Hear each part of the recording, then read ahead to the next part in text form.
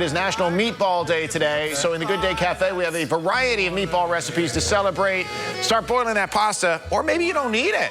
We're back after this short break. Like you've had too much wine, that's amore. Top of spaghetti. On top of spaghetti. All covered with cheese. Hey, listen, you do not have to be Italian to love meatballs. We know that, right? Especially on a day like today, because it is National Meatball Day. So the Dish It girl herself, Dina Deleasa, joins us now live in the loft with some perfect recipes to help us celebrate this tasty holiday. Good to see you. Nice to see you. You've been hanging out with us for a whole hour now, so it's about time that we finally get down to the eating part of this and the crafting and the That's creating. the best part, right? All right, so big meatball girl growing up? Was this part of tradition for you? Definitely Sunday dinner, every Sunday, meatballs, gravy. I mean, that was just Okay, well, you just answered my next question, which was, is it sauce or gravy? Well, when you're putting the meat in the sauce, it becomes gravy. That's the camp I'm from. Okay. I know there's a lot of argument about it. There's a lot of back and forth. This is the side I'm on. When you got meat in the sauce, it's gravy. All right, so there you go. Here's the thing, and we learn about these things on National Meatball Day because a lot of times people just think, okay, pasta, red sauce, meatballs, boom, we're done. Oh, meatballs are very versatile. They're awesome. And they're also great because you can freeze them, make them ahead of time. They're great for family meals, great for making them on Monday, using them on Friday. Like I have the barbecue pork That's right here? meatballs. Yeah, they were in the crock pot, and the secret ingredient there is a smoked paprika. And then I made my own barbecue sauce, but you can certainly take your favorite barbecue sauce, dump it in the crock pot, over the meatballs, 4 hours on low. And just let there it you go. Now, as far as the meatballs themselves, because we hear that, you know, a lot of common ingredients that'll go that you'll mix in with the meat, you know, if you're doing your breadcrumbs, oils, whatever it is. Do you have a favorite ingredient that you're going to put in when you're mixing up your meatballs to make it be like, look, this is what makes Dina's the best? I think it's just a load of Parmesan cheese, you know. Parmesan cheese and breadcrumbs. And with any meatball you make, it's always 1 egg to every pound of meat. That's kind of like a rule of thumb. That's good to know. And with even the casserole, you can use frozen meatballs like from the bag, but I've got you covered. On my website, I gave my mom's recipe, so it's all good. All right, let's, and we'll get you the website information a little bit too. Okay, so what did you, first of all, what did you bring with you today? You got the barbecue so here. I've got the barbecue ones, and then we've got a meatball Parmesan casserole. So that's kind of like taking the meatballs out of their spaghetti element there too. So what you're gonna do is simply, you're just gonna, I'm gonna have you do this because I know you're excited. So you're gonna take the bottom, you're gonna coat it with some sauce. Wait, that is Kind of like back of the spoon. It's not gravy? Well, you know what? That one is sauce. But you could, if you want to use jarred sauce, fine. I won't judge you. But again, I put my sauce recipe up there for you. Awesome. Okay, so then you're going to layer. You're going to layer down your Italian bread.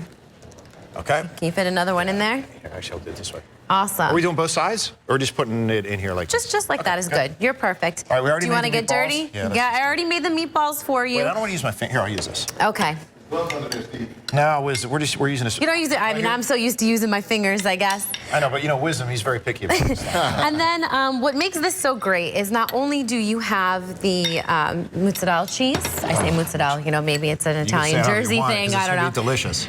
And then I also take some fresh mozzarella, which is super duper important. And I like using formaggio cheese because they're hand pulling their mozzarella, and that's pretty awesome. Kind of like my dad, but I don't have him there all the time in my kitchen, so I use this. And you're this just is what's going to give it just like glorious cheese cover here, a little fresh basil. Yeah, of course, but do that when it comes out of the oven. Don't put it on first. No. Okay. So if we were going to do this, we'd do this first, and then we'll put it in the oven. We'll bake it. We'll bake it at 350 for about 25 to 30 minutes. And then put the basil on after that? Yep, 100%. Right, we'll season it. Now, this Next looks totally different. Yeah, this is different. This is a chicken and caper meatball. And if you want to go the healthy route, just bake them in the oven. Same thing, 350. I went a little bit more fun here. So what I did is I take the ground chicken mixture that has the capers and the lemon in it, and I go flour, dredge it in some flour. All right.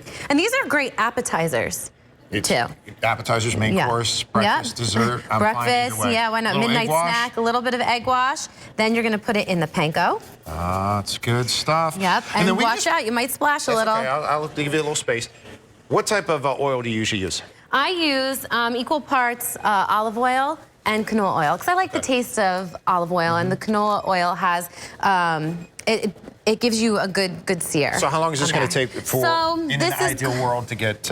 You're really just going to brown it all the way around, 2 minutes on each side. And then I like to top it with some artichoke cream sauce, which is really, really awesome. I put it over some rice, which is when you spend all the time making the meatball, 2-minute rice. Awesome. There you go. I love how you do that. Okay, real quick, your website, if folks want to find out more information, is? You can go to dishitgirl.com and get all of the yummy recipes. Now, listen, Allison, I know you were just saying, but Tina looks so familiar. Where have I seen her from? Doesn't she have like a famous relative or something? Maybe a brother-in-law?